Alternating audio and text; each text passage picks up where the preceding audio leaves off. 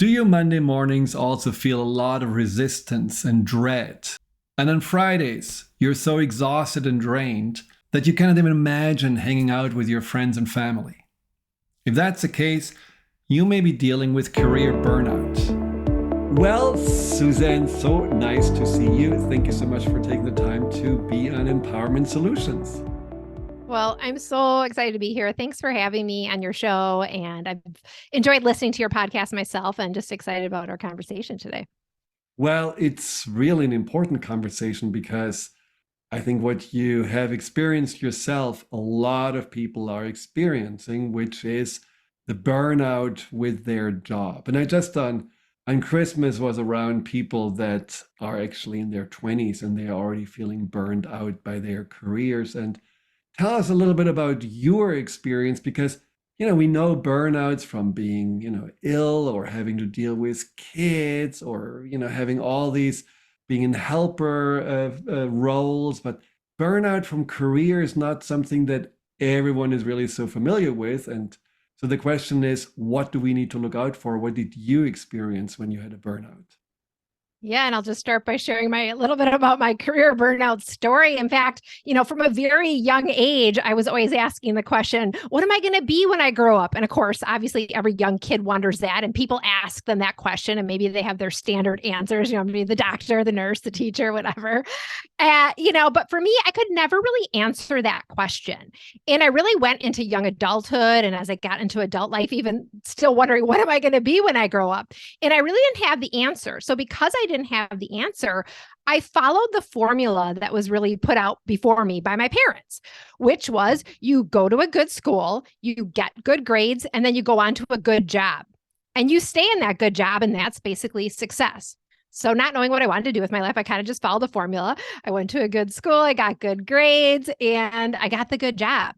Only I ended up in that first career right out of college and was a little bit surprised. In fact, on my first couple of days on the job, I was working for this fast-paced, consulting firm in downtown Chicago. And I noticed that some of my coworkers were sleeping under their desks. Okay. So I'm thinking, first job out of college, I'm like, maybe this is like what people do, right? Overnight or sleeping for naps? Oh, yeah. Overnight and for naps, both. Okay. And so, there's like that little cubby underneath the desk, right? So they were sleeping under their desks. And this was, I thought, is this normal? Because I don't know, my first job.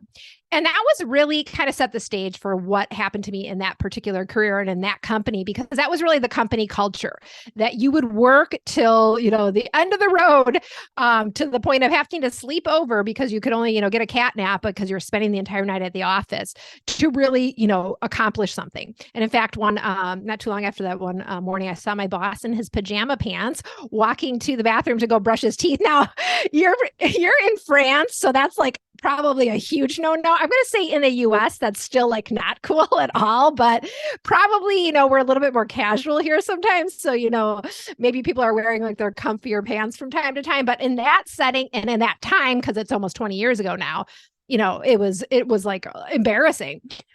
So those are some of my funny stories about things that happened. But unfortunately, that culture and kind of how what I was put into, I was traveling internationally. I speak fluent Spanish, or at least I did at the time. That was one reason I got hired for that job. So I was going all over, and that made it, maybe it sounds glamorous, but it really wasn't, because it even lengthened my hours. You had to travel on the weekends. Of course, you had jet lag, all these different things. And one time, I think it's just really was kind of my rock bottom moment. I was in Argentina working on a project. And again, we were kind of expected to stay up all night. I think it was like 3 in the morning, 2 or 3 in the morning. And I finally just put my head down on the desk and I said, I was falling asleep literally. And I said, I can't do this. And I got up and I went back to my room and I realized it's not that I can't just do this project anymore. I can't do this job anymore. And I can't do this lifestyle anymore. Right. And I was developing so many unhealthy habits throughout this whole journey that I won't get into all the details, but they were, you say career story versus burnout with your health. Like when you have a career burnout journey, it directly impacts your health, right? So now you've got a wellness burnout and a career burnout. And maybe to your point, you've got, a relationship burnout, because when your daily life, where we spend most of our working hours, we spend 90,000 hours in a lifetime working. when that is out of balance to that point, it does impact everything else. So it was a real wake up moment for me. And I ultimately got out of that position. But I'll tell you this, Dr. Friedemann, my burnout did not go away right away. I had similar experiences after that, which I can share more about. But Well, it's an interesting thing because first of all, I don't think here in France we would say 90,000 is really the hours we spend working. At least here there's a more balanced approach to work and free time, which I think some Americans call lazy. But, that's again also something I want to ask you. Do you think there is something cultural about this? You have to work hard and you have to find your self-worth through, white knuckling it down, having dark circles around your eyes. Do you think that's a culture, or do you see this on your trips worldwide? well, and again, this was quite a while ago, but I will tell you that when I left that job, I also ended up moving to Spain permanently. I had studied there in college and just kind of fell in love with the entire culture. And it wasn't that way there. Right. People still worked hard. They were very productive, but they had this amazing balance. And I was so drawn to that. And ultimately, I hoped to move there and live there and work there. And I did for a while, but my whole plan there kind of didn't really come together. I ended up coming back to the United States and really was still kind of working through my career burnout story. So to your point, when I traveled to other cultures, I didn't see the same type of work habits.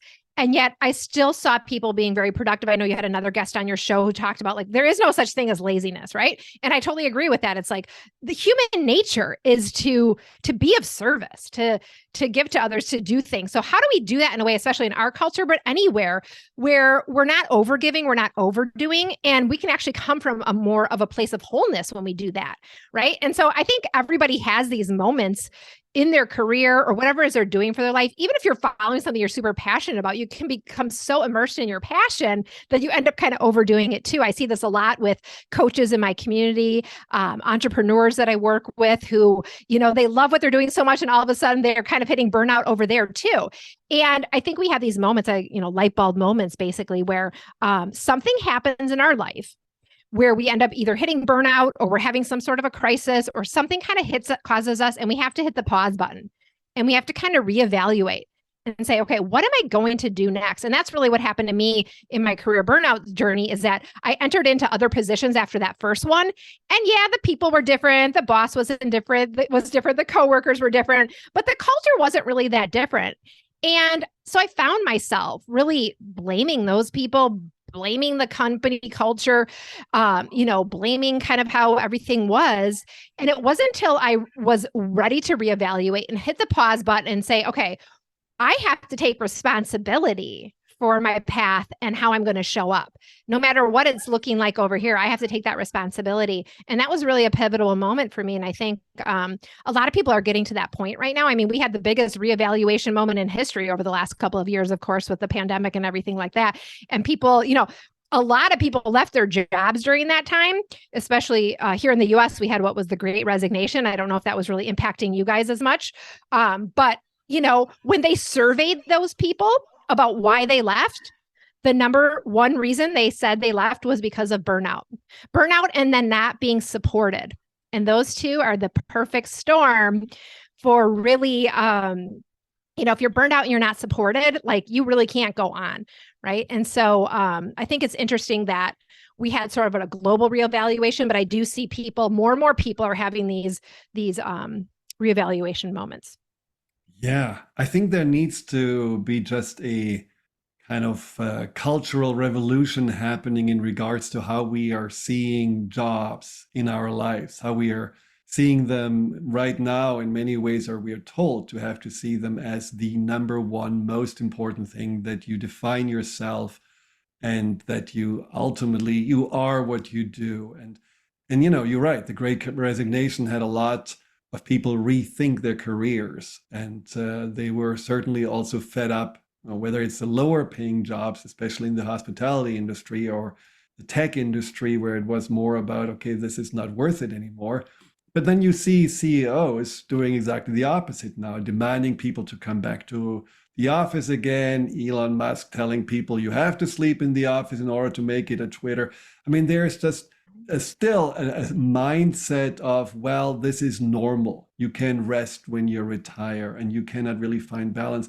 And do you have a feeling that this is something that overall, also with the people that you work, we are not any longer willing to accept? Or is it just the exception, this blip on the horizon after the pandemic? Or do you feel like this is a general trend where people say, my wellness, my life is more important than making this career the centerpiece? I think it's such a great question because when I hit this career burnout, and again, almost 2 decades ago now, I remember, and I finally ultimately left my job. People thought I was crazy. My coworkers, like, how can you be leaving this amazing, high powered, career, and you're gonna what go out on your own and do something you're passionate about? Like, good luck, right? And even my family, who is always behind me, and of course, always supporting me. I could tell underneath it there was sort of the raised eyebrow look, like, okay, like, is this really, a good idea?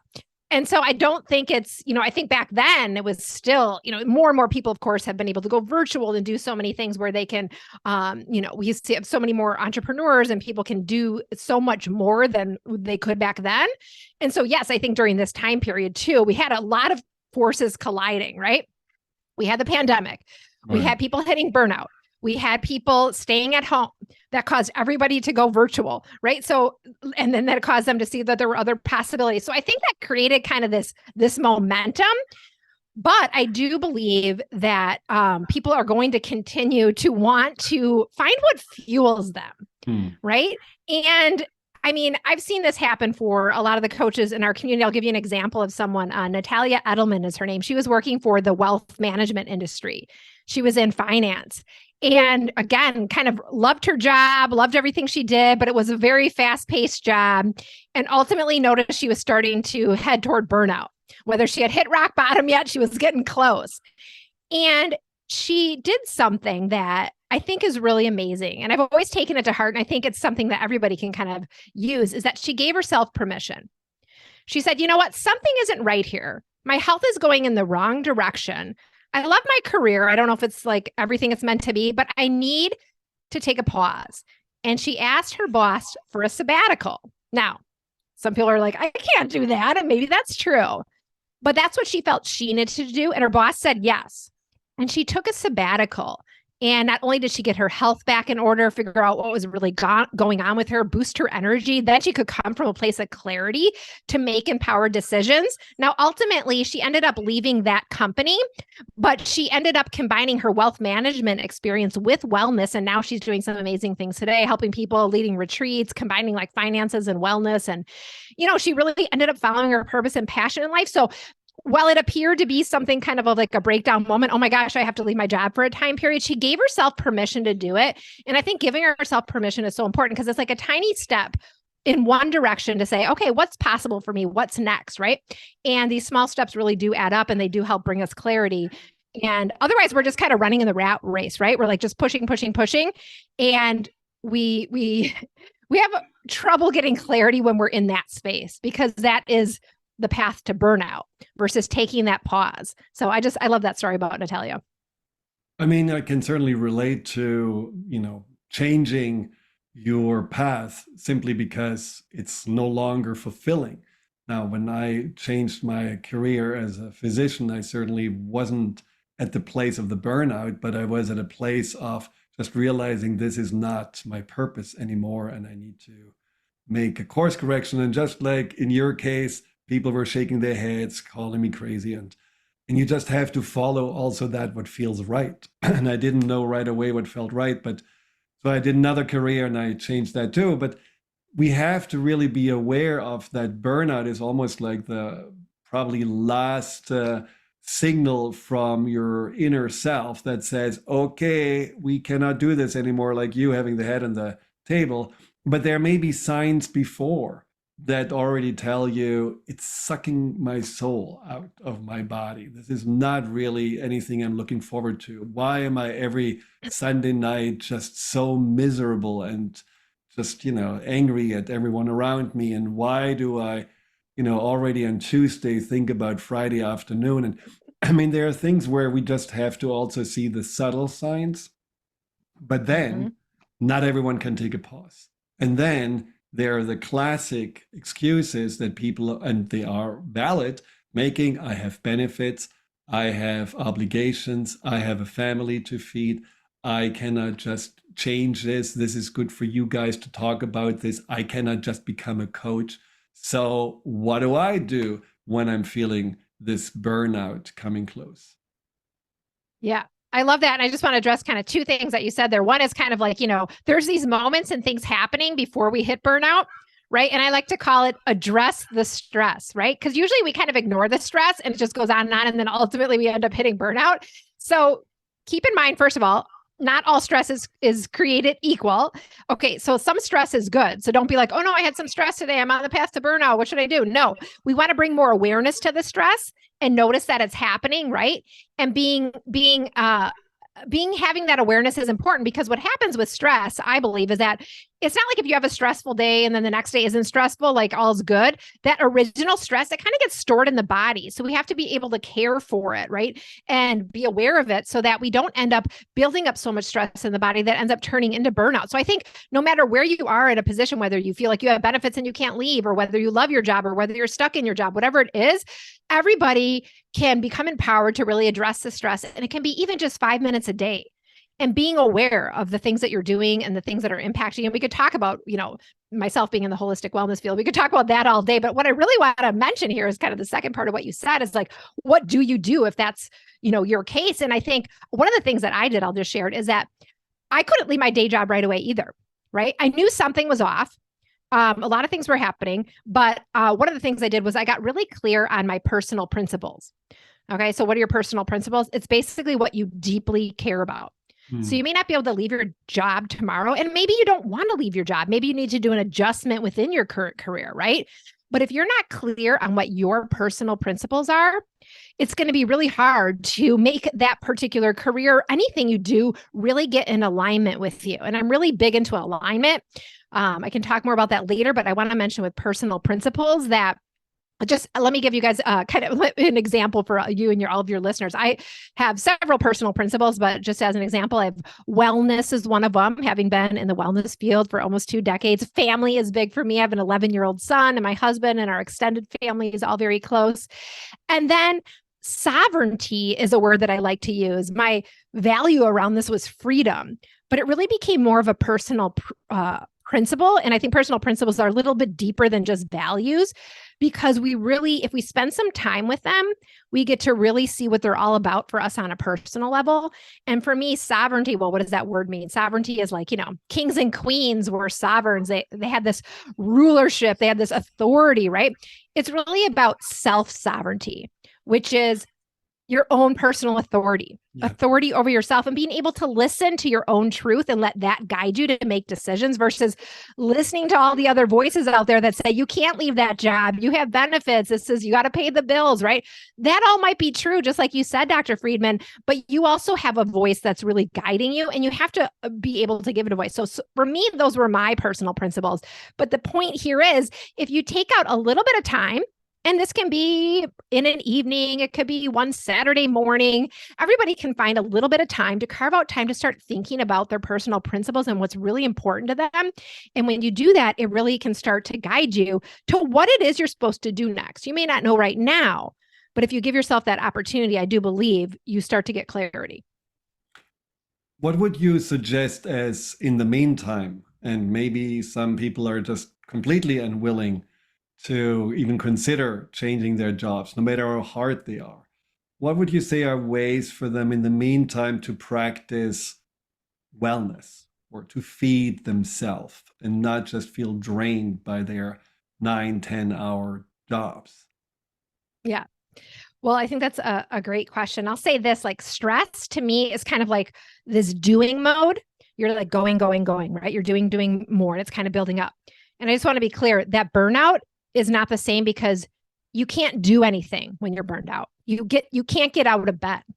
Okay. And so, and I'll give an example of this is one of the coaches in our community, Kim Goltham. She was living the life that we're talking about. She was in a career where she was just going, going, going, totally high performing, thought she loved her job, but realized not only was she like overgiving in her job, but the same thing was happening in her personal life. She would never say no to anything. Right. And so she had this life that was full of going, going, going. And one day she couldn't get out of bed.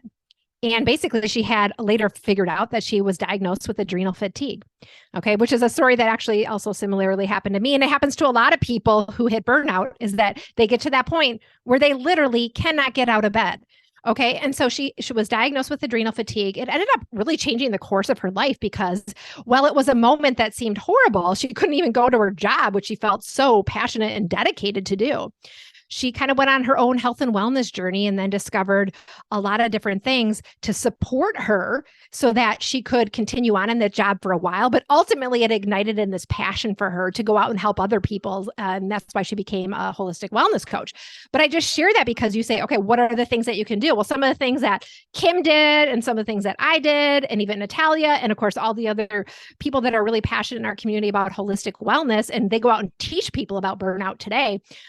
First, one of them is to get to the root of the issue, right? Because I can say to you right now, Dr. Friedemann, oh, maybe, eat less sugar or incorporate more healthy fats because they have endorphins in them, and endorphins help to lower your stress, right? Or have spices because that helps to lower your stress as well. But if you don't get to the root of the issue for you personally, all the advice in the world, all the recommendations in the world, it really won't matter because what causes your burnout is very different than what causes mine. And that's why I'm so passionate about a holistic approach to wellness, because I believe there's a lot of different factors that oftentimes become interconnected and kind of shape what is at the root of each of our own issues. And until we're willing to look at those holistic interconnected factors, it's very hard to even say, this is what you should do. Sure, there's a lot of general advice out there about what you can do to kind of avoid burnout. But I really think getting to the root of it on a personal issue for every person is super important, because for one person, it might be that they're actually having something happening at work that has to do with like an emotional dynamic, and they have to learn better communication skills. And that would really take a lot of the pressure off. For other people, it could be a mindset issue. For others, it actually could be nutrition and food related, where actually they're not eating the right foods to give them energy. So they don't have the energy that they need to be productive. So it's so wide, right? It's so different for everyone. Do you have a resource that you can recommend where people can go to find out more about what it is, what they are struggling with? Yeah, absolutely. I'll share with everyone. You can actually get a free kind of like complimentary book or guide. And it's at iawpwellnesscoach.com/guide.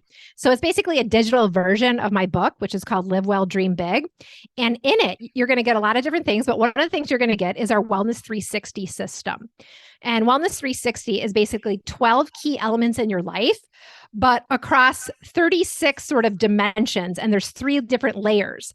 So you're looking at 36 different components that are actually unique to you. And you go through the chapters, and it walks you through each of the different layers of your external self, your internal self, even the symbolic kind of more spiritual layer.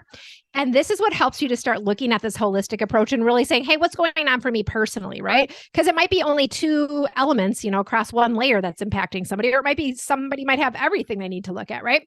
But what I also love about the book I'll share is that there's 12 different kind of stories in there of people who have gone on this journey, who have hit a health crisis, they hit burnout, and they all had different issues. So it shows you how it's kind of unique for each person, right? And they tell their stories and what they did and what it looked like for them. So you might find somebody in there that you relate to. So that's a resource that people could definitely check out to learn a little bit more about Wellness 360.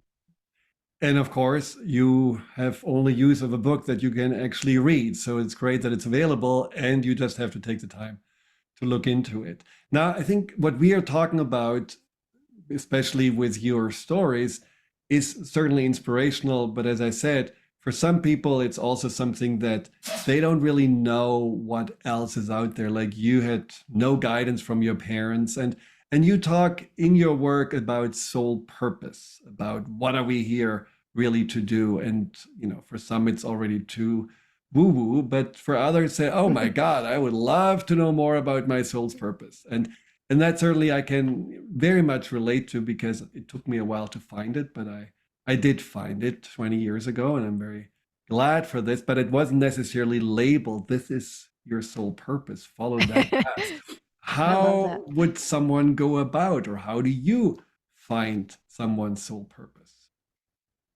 Well, remember that formula I was following that wasn't my soul's purpose, right? I went to the good school, I got the good grades, I got the good job. I thought that would lead me to success. And I realized that success doesn't always necessarily equal the soul's purpose. So I had to come up with my own formula. And I actually did. And I didn't realize it at the time. But now that I've kind of put all these elements together, I'm like, oh, this is my soul's purpose formula, or oftentimes I call it my alignment formula. And it actually includes three things. And it's not the good school, good grades, and good job anymore. It's your natural talents plus your passion plus your story. So your natural talents, well, what is that? Well, it's basically whatever just like literally comes naturally to you, what comes easily to you. And this should be obvious, but oftentimes it's not, because it is just so natural to you. So it's the thing that other people say to you, you are so good at, right? And you're like, oh, okay, wow, I thought everybody was good at this. I thought this was normal. So those can be some of your natural talents, or a way to kind of tap into what your natural talents are. Then the second element is your passion, right? And your passion is, well, what can I actually pass hours just doing because I love it so much? And there's actually a quote out there by someone named Kristen Mertz, and I just love it because she says, we lose ourselves in the things we love, but we also find ourselves there. And that to me just describes passion, right? You're just so lost that you're like, what happened? 4 hours just went by, right? So maybe it's researching a certain topic. Like you just love, in my case, I would say all things wellness. You just love reading wellness books, right? Or maybe, you're into gardening. I don't know, whatever it is. And then here's the key element. You've got to match this up with your story to really get everything in alignment for your soul's purpose. And this can be a little bit harder to do because, we all have a life story, right? And this is an exercise we take coaches in our community through. We're like, okay, write your life story, because you know what? It's healing. It's cathartic. Like we should all do it. But within that story are what I call micro stories. So little moments across your life, right? You might have 3 big micro stories that are really important, or you might have 10, you might have 2, but we all have kind of these micro stories that come up. And there's sort of these moments in life that, if there's a higher power above, they said, okay, these are the 4 things that are going to happen to Dr. Friedemann that he's going to have to work through in this life, right? And so your story is really important because it really brings it all together about how you come into alignment with that work. Now, this might all sound kind of confusing, but I'll just use myself as an example so people can kind of like, okay, plug this into the formula. My natural talents were creating systems out of information. That sounds really boring. And I thought it was just something everybody could do, but I can look at a lot of information and then put it into a system that people can actually apply it to their life.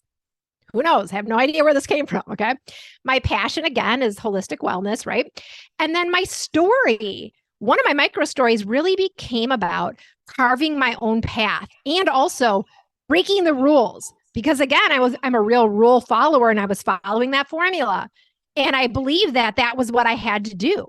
But when I saw that I didn't have to, I could actually break the rules and actually be successful. That's what my story became about. So fast forward to today, where I'm the founder of the International Association of Wellness Professionals. What I do over there is that we support people to create their own careers, carve their own paths, tap into their passion for holistic wellness using our systems. Okay, that's kind of crazy that those 3 things came together. You could have never told me, like I said at the beginning of this, that this is what I would be doing today.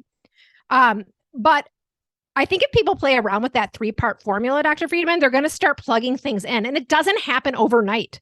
This is not like, you might get a big light bulb moment, but it's a little bit of a journey for these things to come together. You might have to explore your passions. You might have to talk to people about your natural talents. You might have to write out your story a couple times.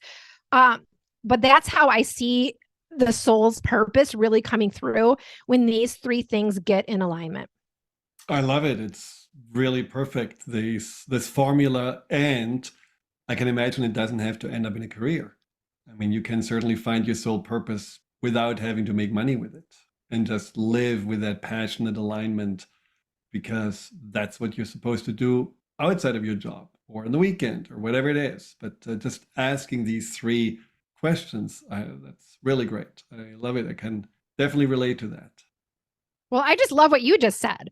it doesn't necessarily have to be a career. I think there's a burning desire for people to find their soul's work and then make it a career, only because, again, we spend 90,000 hours at least here at work doing something. And so it can feel so out of alignment when we're doing something for so many hours that doesn't line up with our soul. But you've made a great point, because you might discover through this process that your soul's purpose is actually somebody who is an amazing listener, and you can hold space for people.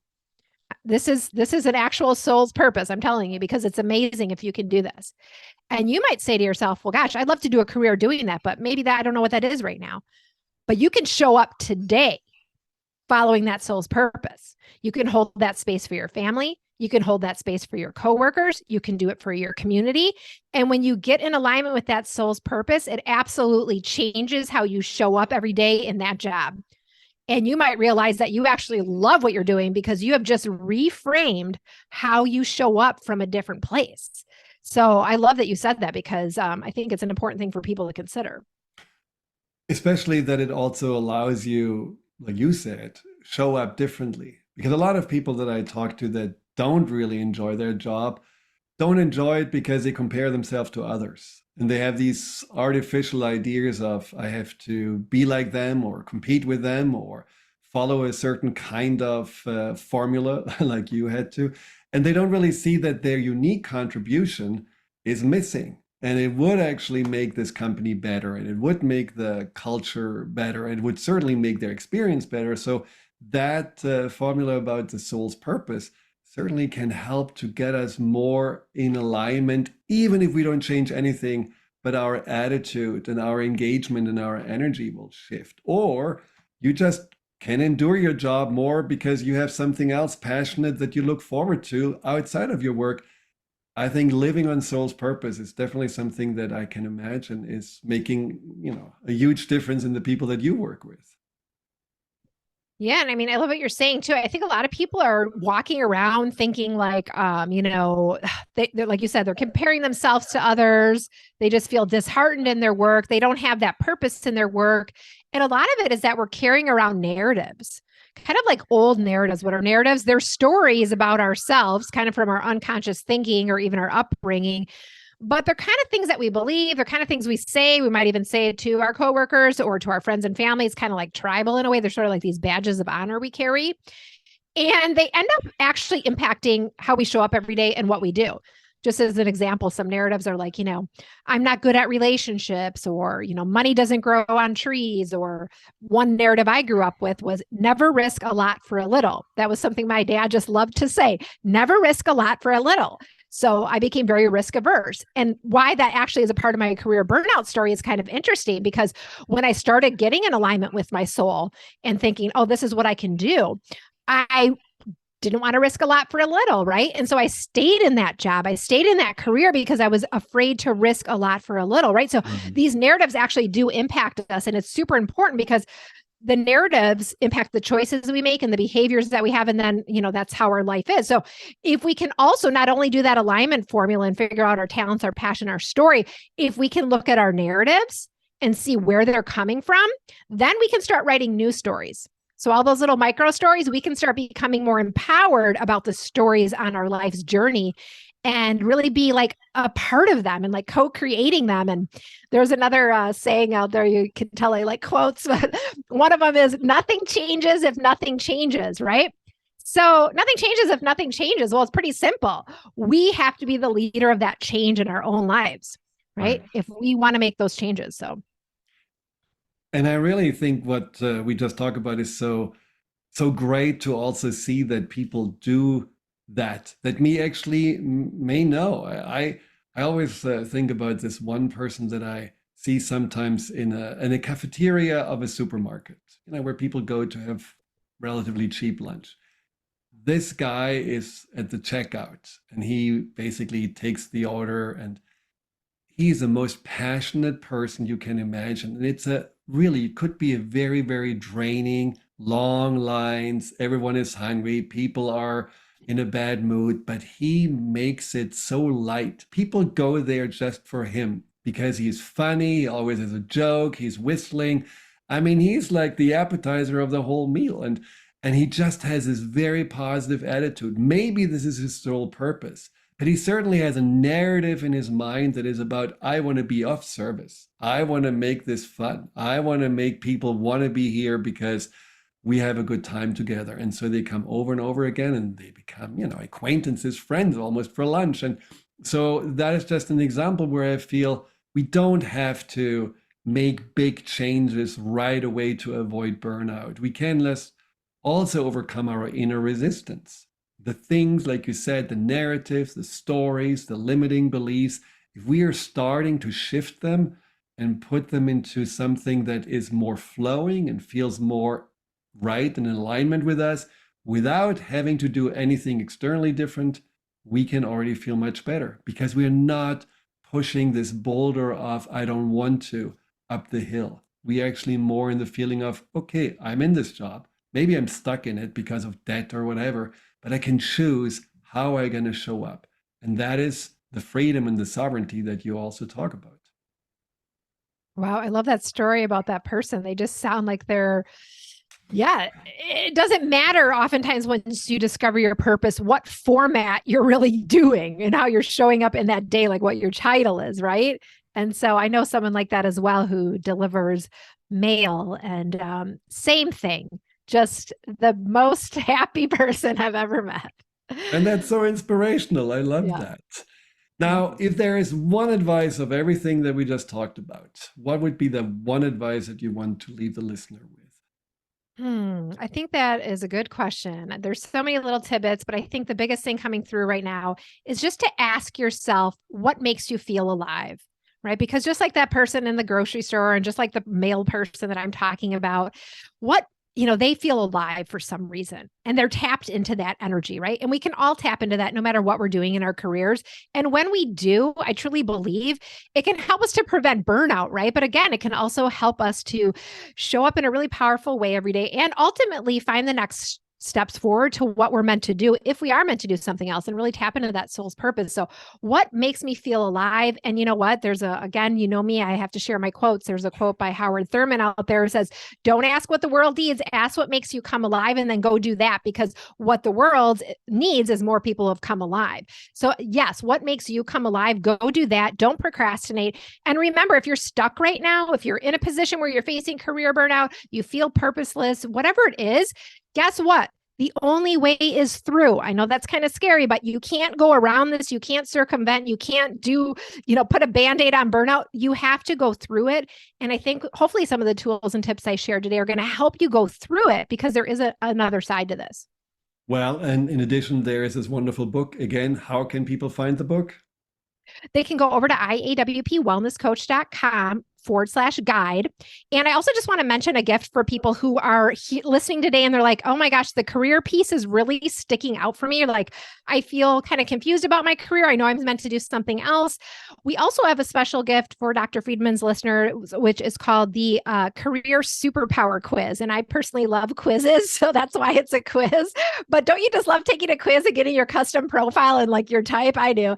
And that is available to people over at superpowergift.com. So that's another place to go, superpowergift.com, where you can take a quiz, you can discover your career superpower. It's a super great place to start if you're looking to get out of career burnout, but really to use that formula we talked about today to really focus in on what your unique talents are, your passion, your story. And what you'll find too when you get your profile is it's not just about your career. It impacts your relationships, it impacts your wellness and all other areas of your life. And you'll get into learning more about that when you go over to superpowergift.com. And don't worry, we all have superpowers. You don't have to feel like Superman or Superwoman to go to that site. We all do have it inside. So, I love it. Thank you so much, Susan, for these really great gifts and for this wonderful information, and especially for your really, very, very uplifting energy. So thanks for being on the show. Thanks for having me. It was so great connecting with you. Take care, everybody. Hi, Dr. Friedemann here. Thank you for tuning into my YouTube channel. If you're interested in learning more about fear and anxiety, here you'll find guided meditations, webinars, and interviews with some of the most renowned experts in the field of empowerment. Delve into the over 230 videos and more to come every week.